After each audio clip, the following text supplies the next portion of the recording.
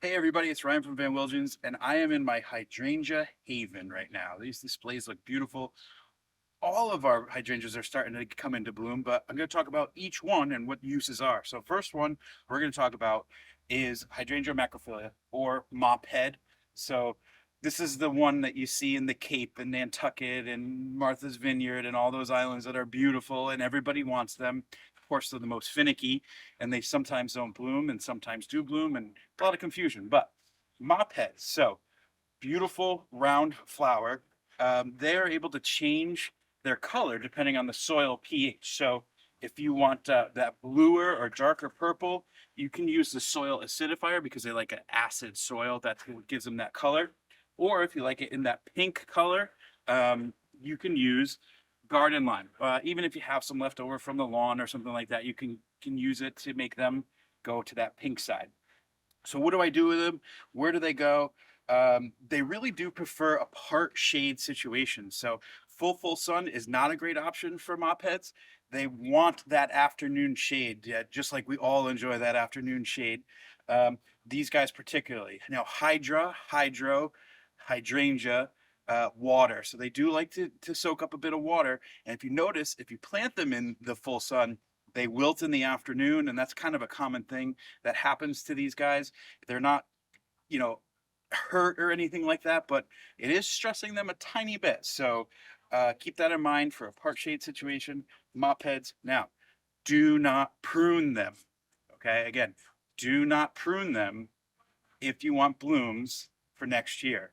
The best is wait till spring next year, see what makes it through the winter, and then only prune out that dead wood, because those buds that are there from this time this year are going to be your flowers next year. Yes, there are reblooming varieties, but you are not going to get as heavy of a bloom as if you left it alone and didn't prune them.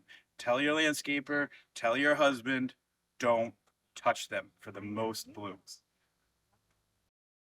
So this is called a mountain hydrangea or a hydrangea serrata.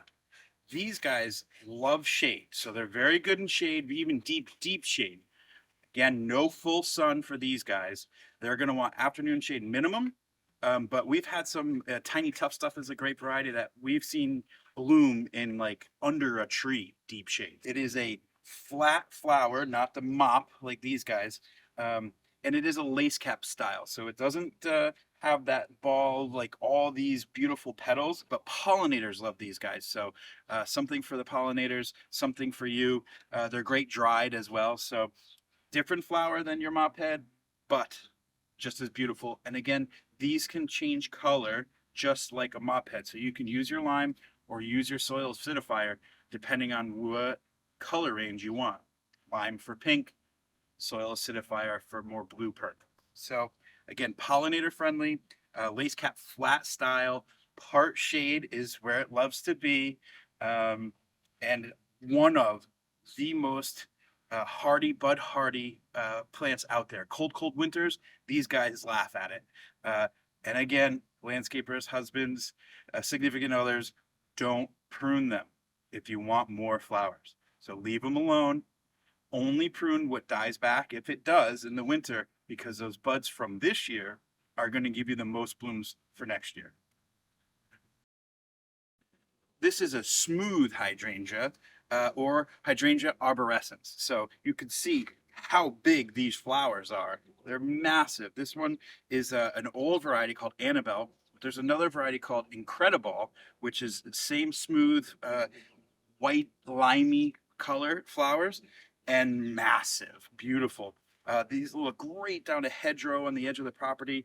Same as your mop heads and your lace cap mountain hydrangea. They're going to want some afternoon shade too, not a full sun variety. So anybody who does plant them, make sure they're getting a little bit of that shade. These guys are a pruning exception. You're going to want to cut these back very hard in early spring. So that March time frame, they'll flush out. That'll give them stronger stems to support these massive flowers. Everybody's seen we call it the hydrangea horizontalis, right? Horizontal hydrangea. No, so make sure you're pruning these in early spring to give them that strong stem. They'll branch out more, give you more flowers. So that is an exception where Don't touch these guys. Don't touch this one. You can prune this one in early spring to get better flowers.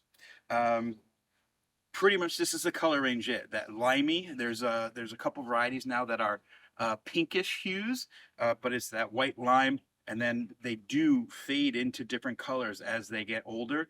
Flowers right through fall, and great dried flower as well. We have Oakleaf hydrangea. So hydrangea quercifolia. Quercus is the Latin name for oak.